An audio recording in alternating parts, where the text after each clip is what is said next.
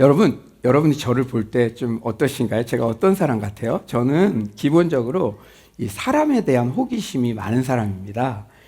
특히 다음 세대, MZ 세대에 대해서는 이제 제 편견으로 속단하지 않으려고 그렇게 딱 생각하고요.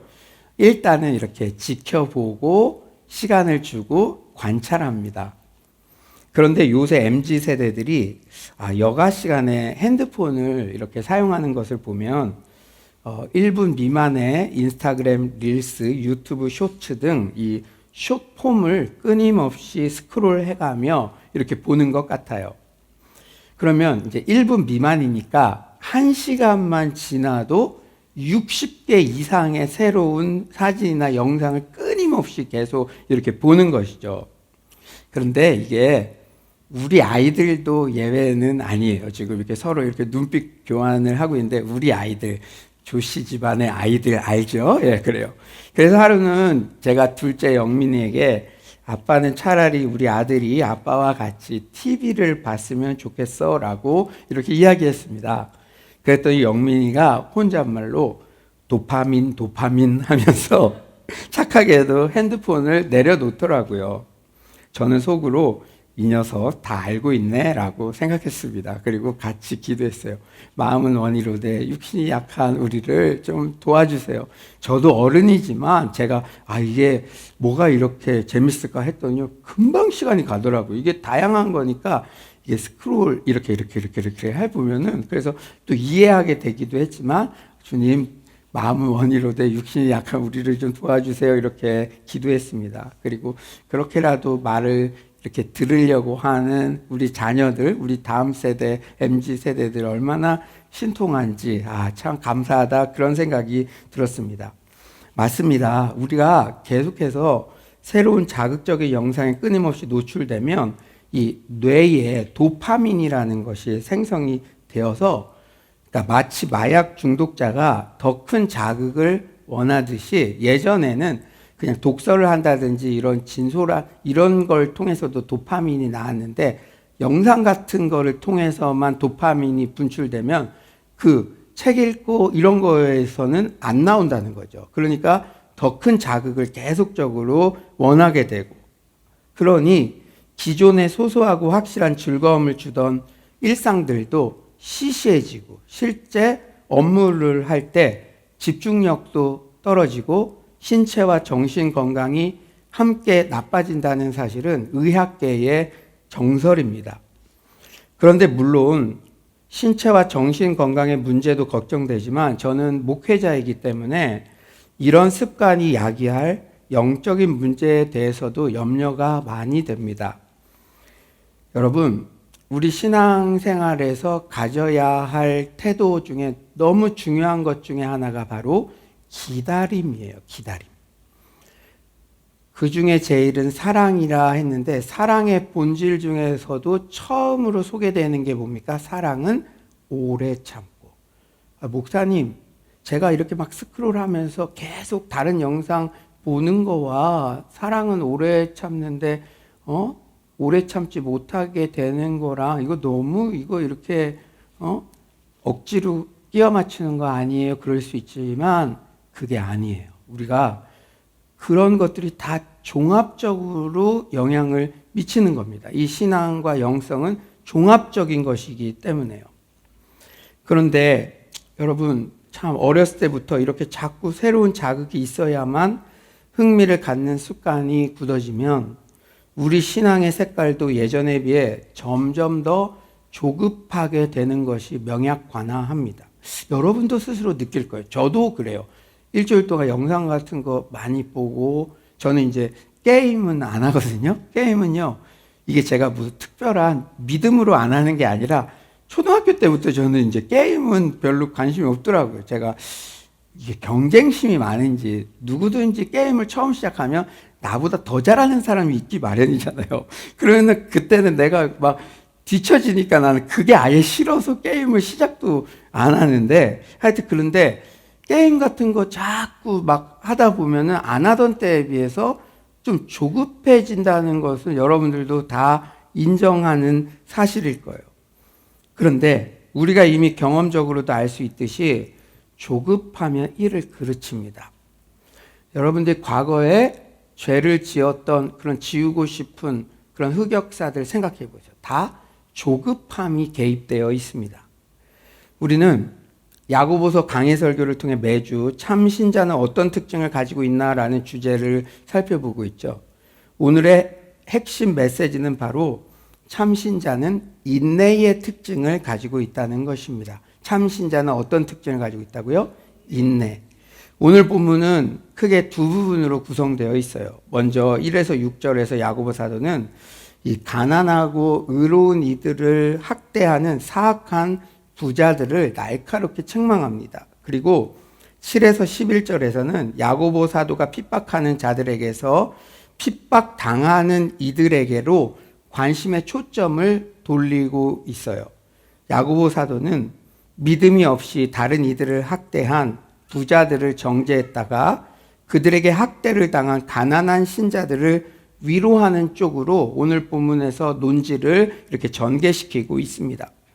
그런데 우리는 우선 1에서 6절에 나오는 부자에 대해서 오해해서는 안 돼요. 이 말씀만 보고 부자는 다 악한 사람이야. 재물과 부는 악한 것이야. 이렇게 생각해서는 안 돼요. 우리 1절 한번 온라인으로 들으시는 분들도 한번 크게 한번 읽어볼까요? 1절 한번 다 같이 한번 읽어봅시다. 시작. 들으라 부한 자들아 너희에게 임할 고생으로 말미암아 울고 통곡하라.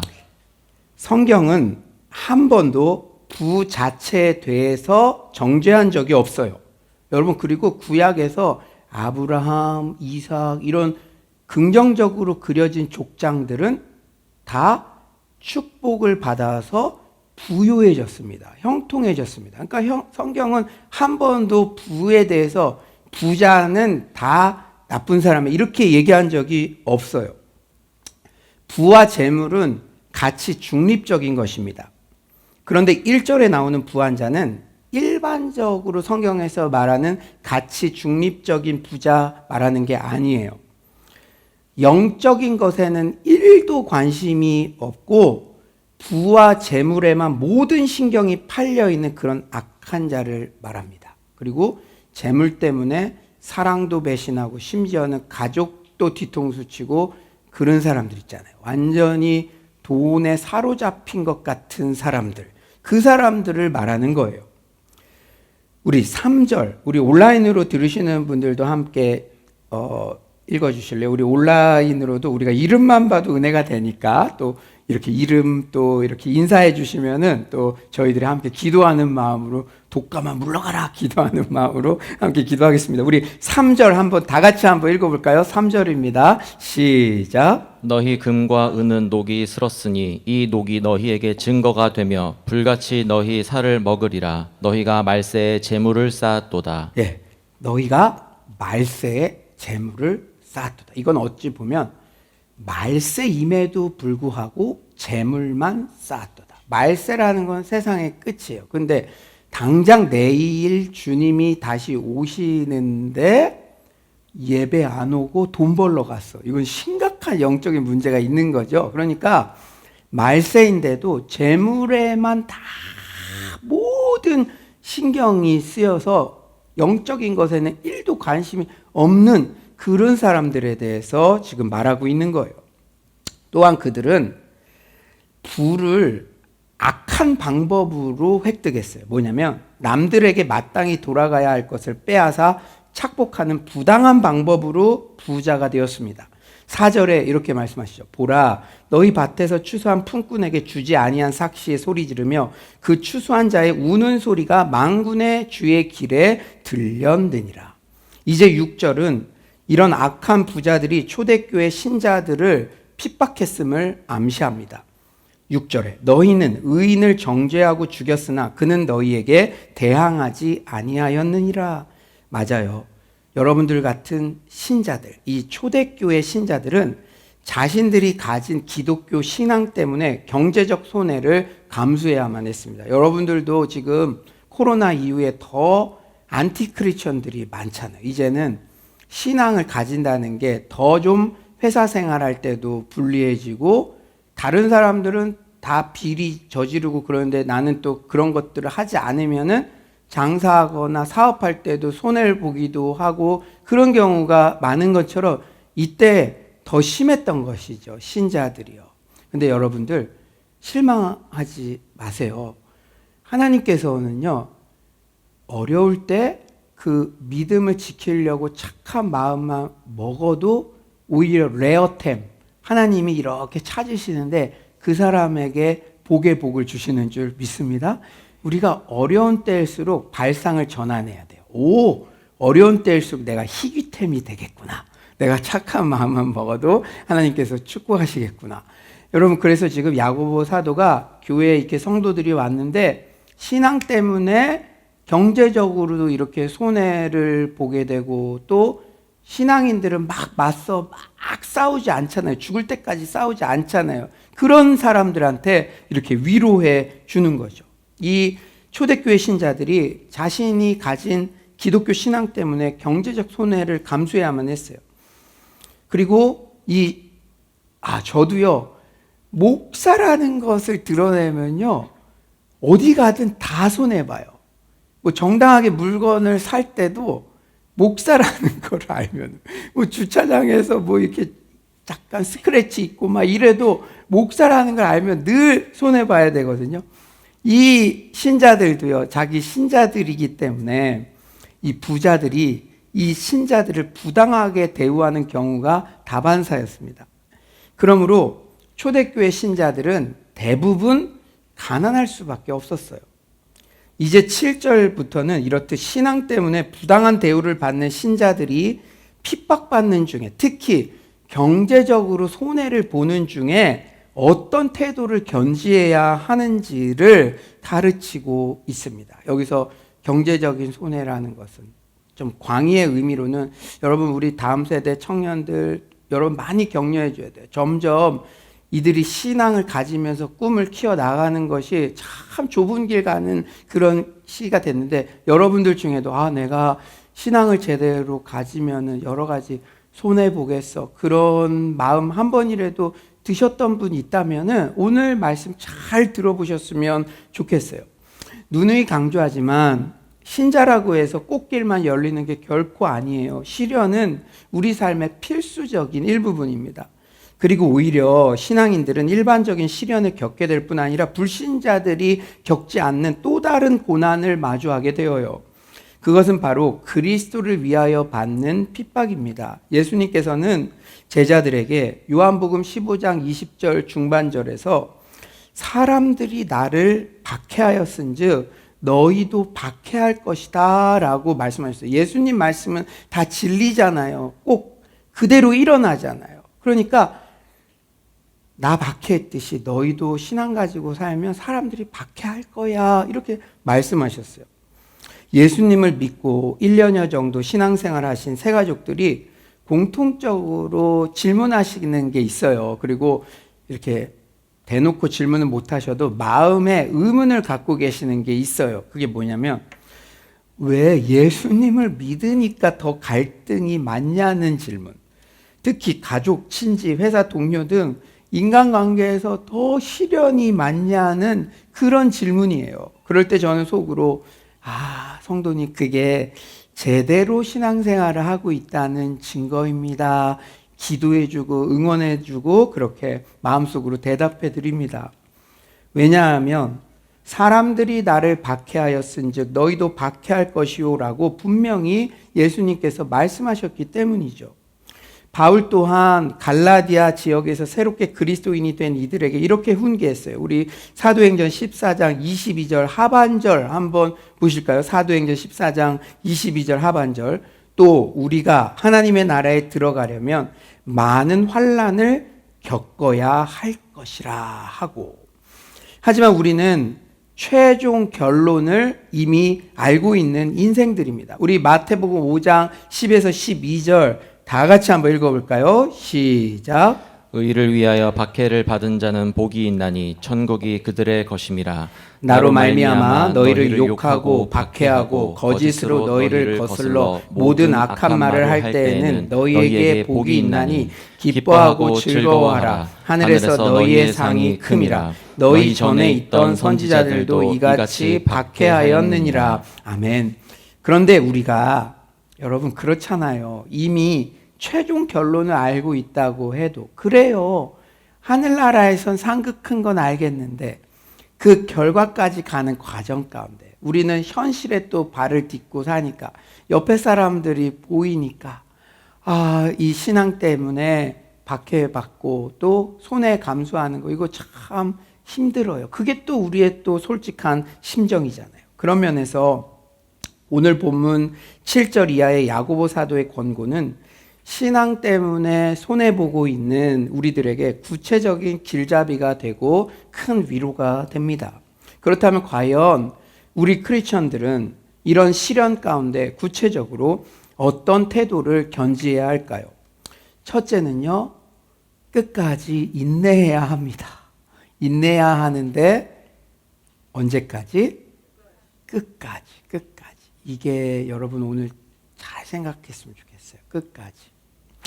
여러분, 저는 이런 설교할 때 마음이 무거워요. 진짜 다른 지름길을 말씀드리고 싶지만 성경은 일관적으로 고난이 있을 때, 시련이 있을 때 그것을 인내해야 된다. 다른 편법을 알려주는 적이 없어요. 시련은 인내로 통과해야 하는 시기입니다. 7절 우리 다 같이 한번 읽어볼까요? 7절입니다. 7절 시작. 그러므로 형제들아 주께서 강림하시기까지 길이 참으라. 보라 농부가 땅에서 나는 귀한 열매를 바라고 길이 참아 이른 비와 늦은 비를 기다리나니. 여러분 잘 아시다시피 인내는 이미 야고보사 1장에서 다룬 주제죠. 1장 4절에 이렇게 말씀하세요. 인내를 온전히 이루라. 이는 너희를 온전하고 구비하여 조금도 부족함이 없게 하려 함이라. 그런데 1장 4절에 인내라는 단어, 오늘 본문에 길이 참는다라는 단어는 원어로 보면 의미가 약간 달라요. 인내는 환경을 끈기 있게 견뎌내는 것을 의미합니다. 반면에 길이 참음은 긴이라는 단어와 분노라는 단어의 합성으로서 주로 가까운 사람들을 잘 참고 견디는 일을 의미해요. 잠언 15장 18절에서 말하는 노하기를 더디하는 바로 그 상태를 말한다는 거예요. 분을 쉽게 내는 자는 다툼을 일으켜도 노하기를 더디하는 자는 시비를 그치게 하느니라. 그런데요, 아무튼 참 신자는 어려운 환경이든 까다로운 사람들이든 잘 참고 견디는 사람을 말한대요. 우리 안에 진짜 믿음이 들어오고 우리가 참 신자라면 당연히 잘 참고 견디는 그런 인내의 열매를 맺게 된다. 예수 믿기 전에는 욱하고 다혈질이고 그랬던 사람도 예수를 믿고 나면은 점점 더 잘 참고 인내하는 성품의 열매를 당연히 맺게 된다는 거예요. 사랑하는 성도님들, 참 신자는 인내합니다. 그런데 인내하는 참 신자의 가슴에는 끝까지라는 배지가 달려 있어요. 한때 참는 건 누구나 할 수 있는데 끝까지 참는 거, 그것을 하나님은 요청하십니다. 야고보 사도는 7절 하반절에 농부의 비유를 들어서 끝까지의 중요성을 강조해요. 오늘 저는 여러분들의 가슴에 끝까지라는 단어가 새겼으면 좋겠어요. 이 끝까지는 저도 계속 지금 오늘 찬양할 때부터 오늘 예배 계속 제가 붙잡은 단어입니다. 끝까지. 여러분 7절 다시 한번 읽어볼까요? 7절입니다. 7절 시작. 그러므로 형제들아 주께서 강림하시기까지 길이 참으라. 보라 농부가 땅에서 나는 귀한 열매를 바라고 길이 참아 이른 비와 늦은 비를 기다리나니. 이스라엘 기후에서는요, 이른 비는 씨앗을 심는 가을, 즉 10월에서 11월에 내린대요. 그리고 반면 늦은 비는 추수시기 직전인 3, 4월에 내려요. 농부는 잘 들어보세요. 한철만 비를 기다리고 끝나는 게 아니라 한철 비 내렸으면 이제 막 놀고 그러는 게 아니라 가을부터 봄까지 5개월 열흘 이른 비는 내렸어도 또 늦은 비 안 내리면 안 되니까 농사철 내내 끝까지 비를 기다려야만 소출을 얻을 수 있다는 거예요. 이게 우리에게 주시는 그 영적인 교훈이 큽니다. 초반에 기다리셨어요? 그런데 아직 열매가 없으세요? 끝까지 이제 5분 남은 거예요. 5분 남은 거예요. 하나님께서 늦은 비 내릴 때까지 그때가 되면 하나님께서 구름을 보여주셨던 것을 비까지 내리게 하시고 여러분들이 오랫동안 기도했던 그 것들을 끝까지 여러분들이 기도하면서 나아갈 때 그러나 중간에 포기하면 계속 그 이후부터 다시 시작하는 것이죠. 여러분 오늘 이 귀한 영적인 원리를 붙잡으시기를 바랍니다. 믿음의 본질을 강조하는 히브리서 본문 또한 유독 끝까지라는 단어가 많이 등장해요. 히브리서 3장 6절 한번 다 같이 한번 읽어볼까요? 3장 6절입니다. 시작. 그리스도는 하나님의 집을 맡은 아들로서 그와 같이 하셨으니 우리가 소망의 확신과 자랑을 끝까지 굳게 잡고 있으면 우리는 그의 집이라. 그냥 잡는 게 아니라 뭐라고요? 끝까지 잡아라. 그 다음에 히브리서 3장 14절은 제가 읽어드릴게요. 우리가 시작할 때에 확신한 것을 끝까지 견고히 잡고 있으면 그리스도와 함께 참여한 자가 되리라. 우리 히브리서 6장 11절은 한번 다 같이 한번 읽어볼까요? 시작. 우리가 간절히 원하는 것은 너희 각 사람이 동일한 부지런함을 나타내어 끝까지 소망의 풍성함에 이르러. 아멘 아멘. 끝까지. 우리는 한철 신자가 아니라 끝까지 신자가 되어야 될 줄 믿습니다. 중고등학교 때는 수련회에서 불 받았다고 마치 하늘 위를 날아갈 것 같이 뜨겁게 신앙생활을 했던 친구들 중에 성인이 되어서도 노년이 되어서도 여전히 신앙 안에 있는 사람들이 과연 얼마나 될까요? 여러분 주위에 얼마나 있습니까? 참 신앙은 한때 뜨거운 것이나 과거에 어떤 일을 한 것으로 설명될 수 없습니다. 한때 뜨거웠으나 어려움이 오니까 신앙을 떠나버리는 것은 참 신앙이 아닌 것이죠. 끝까지 인내하는 것이 참된 신앙의 본질이라는 것은 성경 전체가 보여주는 중요한 진리라는 사실을 잊지 맙시다. 두 번째로는 주의 재림의 소망 가운데 마음을 굳건하게 해야 합니다. 뭐를 굳건하게 해야 된다고요? 마음. 제가 늘 강조하죠.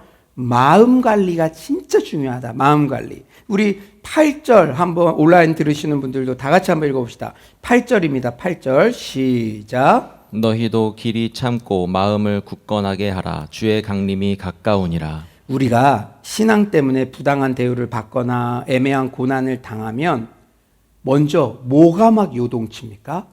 마음이 막 요동치죠.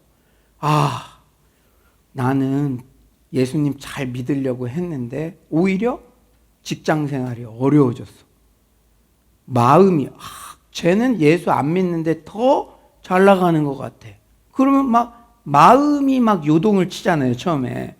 하지만 모든 영적 승리의 시작은 마음 관리에서부터예요. 낙심은 금물입니다. 지금 마음을 굳게 잡는 것의 반대말은 낙심이에요. 낙심. 떨어질 마음심. 마음을 놓아버리는 거죠. 굳게 잡아야 되는데 놓아버리는 것. 갈라디아서 6장 9절 말씀합니다. 우리가 선을 행하되 낙심하지 말지니 포기하지 아니하면 때가 이름에 거두리라.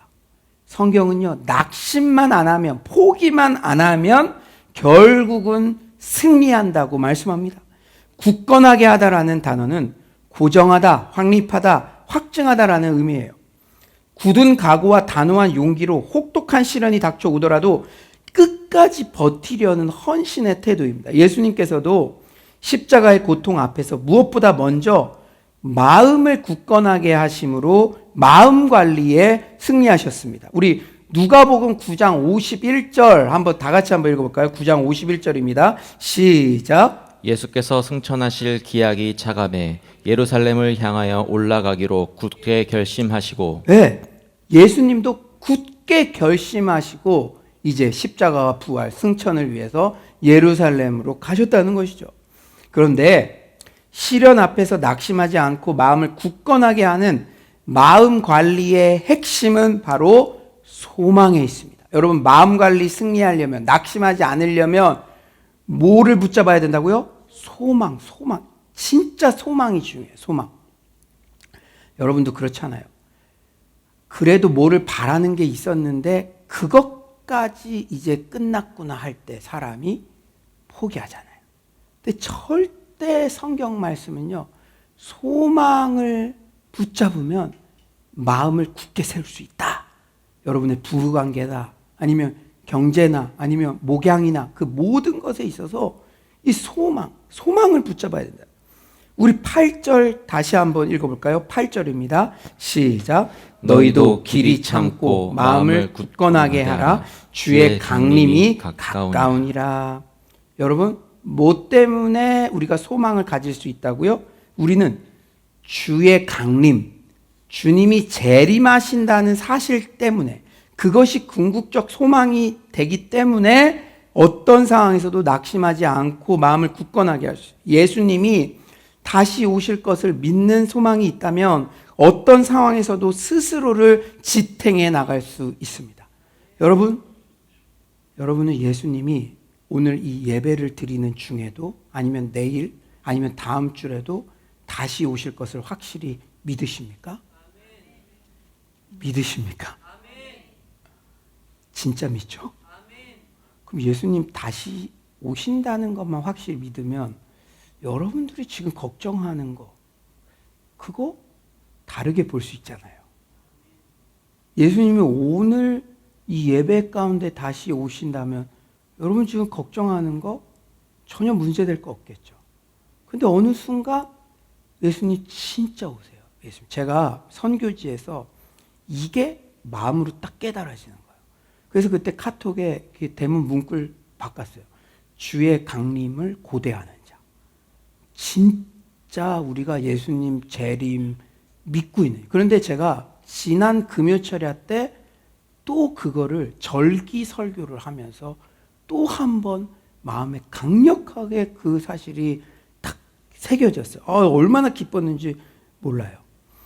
지난주 나팔절 절기의 영적 교훈을 나누는데요, 진짜 예수님 재림하시구나, 그 사실로 알고 있고 믿고 있었는데 또 확실해지더라고요. 그건 복잡한 게 아니었어요. 단순한 거였어요. 우리 금요철야 때 여러분 말씀드렸듯이 6월절, 초실절 이런 게 그냥 우연히 정해진 절기가 아니라 하나님께서 철저하게 계획하셨고, 예수님의 십자가 죽음은 6월절 그때 일어났고, 그 다음에 잠자는 자들의 첫 열매 부활 사건은 초실절에 일어났어요. 그러니까 그 절기의 의미에 맞는 예수님의 구속사적 사건이 다 일어났어요. 근데 한 개만 안 일어났어요. 뭐다? 재림.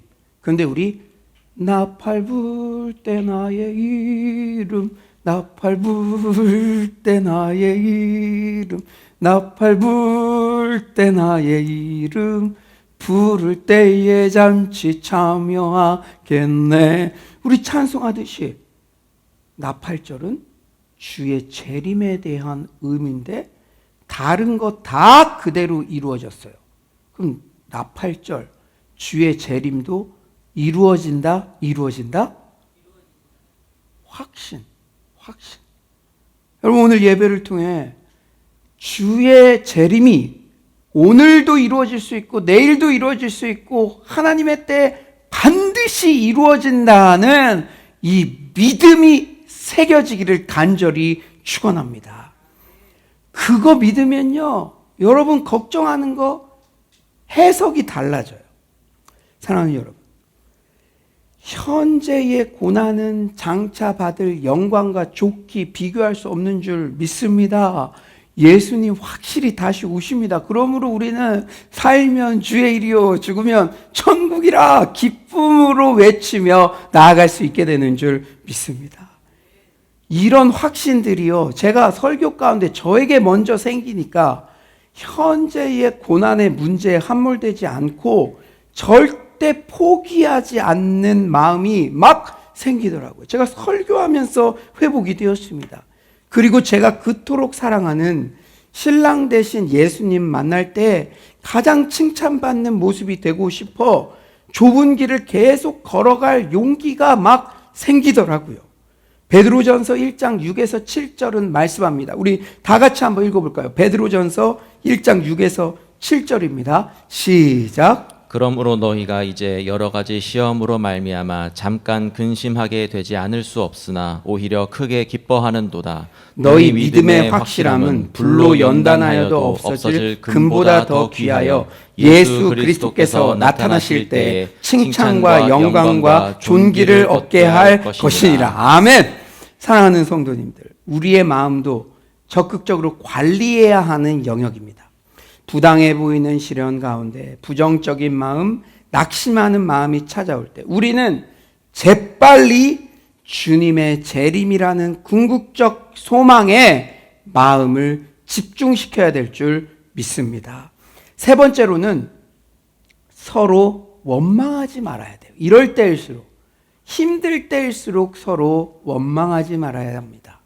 우리 9절 한번 다 같이 읽어볼까요? 9절입니다. 9절 시작. 형제들아 서로 원망하지 말라. 그리하여야 심판을 면하리라. 보라 심판주가 문 밖에 서 계시느니라. 우리가 시련 가운데 있을 때 자칫 잘못하면 원망하기가 쉬워요. 여러분 혹시 결혼지옥 같은 그런 부부관계 솔루션 그런 프로그램 보실 때 있습니까? 그런데 제가 그 사람들을 이해하는 거니까 저도 가끔 보는데 그런 걸 보면 되게 참 저는 그 제목은 일단 마음에 안 들어요. 결혼지옥 하면 사람들이 그것만 보면 결혼은 미친 짓이다 뭐 이런 영화 제목 있듯이 아유 안 좋게 영향 미치겠다. 좀 제목이라도 순화시켜서 했으면 좋겠는데 그런 마음 들지만 또 그 각각의 상황들을 보면 공통적인 악순환의 고리들이 있더라고요. 평소에는 괜찮아요. 그런데 오늘 본문도 사실은 경제적인 문제가 큰 거죠. 신앙 때문에 경제적으로 부당한 대우 당할 때 힘들잖아요. 근데 부부 사이에도 평소에는 괜찮다가 이런 코로나라든지 IMF라든지 경제적으로 힘들어지기 시작하면 부부가 서로를 원망하고 원망이 시작되면 파국으로 치닫더라고요. 원망이 시작되면. 사랑하는 성도님들, 어려울 때일수록 주변 사람들을 원망하면 안 됩니다. 원망은 언제 생기는 줄 알아요? 이것도 비교할 때 생겨요. 나만 힘든 것 같고 내가 상대방보다 더 힘든 것 같을 때 표출됩니다. 부부 사이에는 내 남편은 안 하는 것 같아. 이 육아도 우리가 나 혼자 낳나? 함께 낳는데 안 하는 것 같아. 그리고 나는 내 배우자보다 훨씬 힘든 것 같아. 그런 생각이 들 때 원망이 나오는 거예요. 그리고 불특정 다수. 우리 부부에게 이렇게 경제적으로 힘들게 한 정부가 될 수도 있고 아니면 괜히 그냥 옆 친구가 될 수도 있고 그런 불특정 다수의 상황. 그리고 그게 결국은 하나님께로도 갈 수가 있죠. 원망 불평하는 것이 곧 나에게 하는 것이다. 이렇게 말씀하셨으니까. 그런데 여러분 9절에 원망하다라는 단어의 원어적 의미는 마음속으로 신음하다 한숨 짓다라는 그런 뜻이에요. 즉 겉으로 표현되지 않은 내면적인 마음의 태도와 관련된 단어죠. 우리가 신앙 때문에 부당한 대우를 받을 때 밖으로 표출하지 않더라도 마음속으로라도 늘 원망하고 신음하고 한숨 지으면 안 된다는 그런 교훈입니다. 왜 그럴까요? 9절 중반절에 이렇게 말씀하셨어요. 그리해야 심판을 면할 수 있기 때문이다. 그럼 여러분 이렇게 의문 들 수 있겠죠. 내가 원망하면 예수 믿었는데도 심판받나? 근데 여기서 심판은 죄에 대한 심판을 말하는 게 아니에요. 주님 재림하시는 날 불신자는 죄에 대한 심판의 날이지만 대속의 은혜를 입은 우리들은 축제의 날이 됩니다. 그런데 신자인 우리들에게는 우리의 행함에 따른 상급이 예비되어 있어요. 요한 2서 8절에 너희는 스스로 삼가 우리가 일한 것을 잃지 말고 오직 온전한 상을 받으라 말씀합니다. 우리는 서로 원망하여 우리의 상급을 잃어서는 안 된다는 거예요. 오히려 끝까지 인내할 때 오는 복을 그 재림의 날 받을 상급을 생각하면서 그것을 사모하며 이 힘든 시기들을 지나가야 한다는 것입니다. 우리 11절 다 같이 한번 읽어봅시다. 11절입니다. 시작.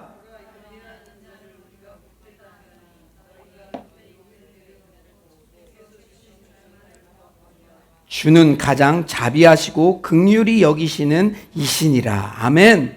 여러분 잘 들으세요. 가장 중요한 거예요. 하나님은 여러분에게 복 주시기를 원해요. 이 복은 이 땅에서의 복뿐 아니라 영원한 하늘나라에서의 영적인 복까지 다 포함하는 것인데, 잘 들으십시오. 여러분 복 받기 원하시는 분들 잘 들으십시오. 하나님께서 주시는 복은 세상 사람들이 막 주목하고 박수치는 위대한 일을 행하는 이들에게 임하는 것이 아니라 어려움을 끈기 있게 견디는 자에게 찾아옵니다. 아멘이십니까? 여러분같이 이렇게 끝까지 예배의 자리를 사모하고 영적인 우선순위를 지키는 여러분들에게 진정한 복이 임한다는 거예요. 이 내세의 삶에서 가장 큰 복을 누리는 자들은 지금 이 세상에서 가장 큰 고난을 끝까지 견뎌낸 자들입니다. 마태복음 20장 21에서 22절 말씀하시죠. 예수께서 이르시되 무엇을 원하느냐 이르되 나의 이 두 아들을 주의 나라에서 하나는 주의 우편에 하나는 주의 좌편에 앉게 명하소서. 예수께서 대답하여 이르시되 너희는 너희가 구하는 것을 알지 못하는도다. 내가 마시려는 잔을 너희가 마실 수 있느냐? 그들이 말하되 할 수 있나이다. 사랑하는 성도님들, 여기 마태복음 20장 21절에 주의 좌편에 주의 우편에 앉게 하셔서 이게 얼마나 큰 복입니까? 그렇게 요청하니까 너희는 너희가 구하는 것 알지 못한다. 좌우편에 앉으려면 내가 마시려는 잔을 너희도 마셔야 한다.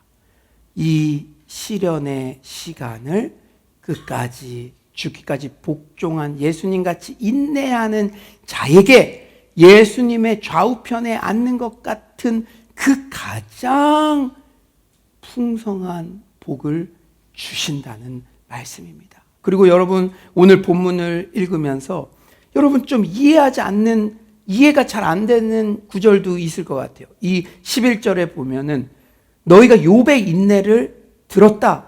그런데 주는 가장 자비하신 분이시다. 여러분 욥 어떤 사람이었습니까? 욥은요 원래 가난한 사람이 아니었어요. 원래 부자였어요. 그런데 재물 다 가져가시고 건강도 가져가시고 애들도 죽게 하고 그랬잖아요. 여러분이 지금도 부자인데 여러분의 삶에 그런 고난이 닥쳤는데 주님은 자비하신 분이십니다. 이렇게 얘기할 수 있겠습니까? 그런데 욥의 인내를 보면서 주는 자비하신 분이시래요. 여기에는 중요한 영적 원리가 담겨져 있어요. 이 욥기의 주제는요, 까닭 없는 고난을 받을 수 있어요. 우리 인생의 욥처럼 까닭 없는 고난을 받을 수 있지만 우리가 그때도 주는 자비하신 분이라는 걸 고백할 수 있는 것은 주님은 까닭 없는 은혜를 내려주시는 분이기 때문입니다. 아멘이십니까? 우리는요 고난받은 것만 왜 내가 고난이 닥쳤어요? 그때 생각을 딱 바꿔보세요. 여러분들이 지금 받은 은혜, 제일 큰 은혜는 구원의 은혜, 그리고 우리가 건강한 거, 가족이 화목하고 이런 것들이 내가 잘해서 받은 게 하나라도 있습니까?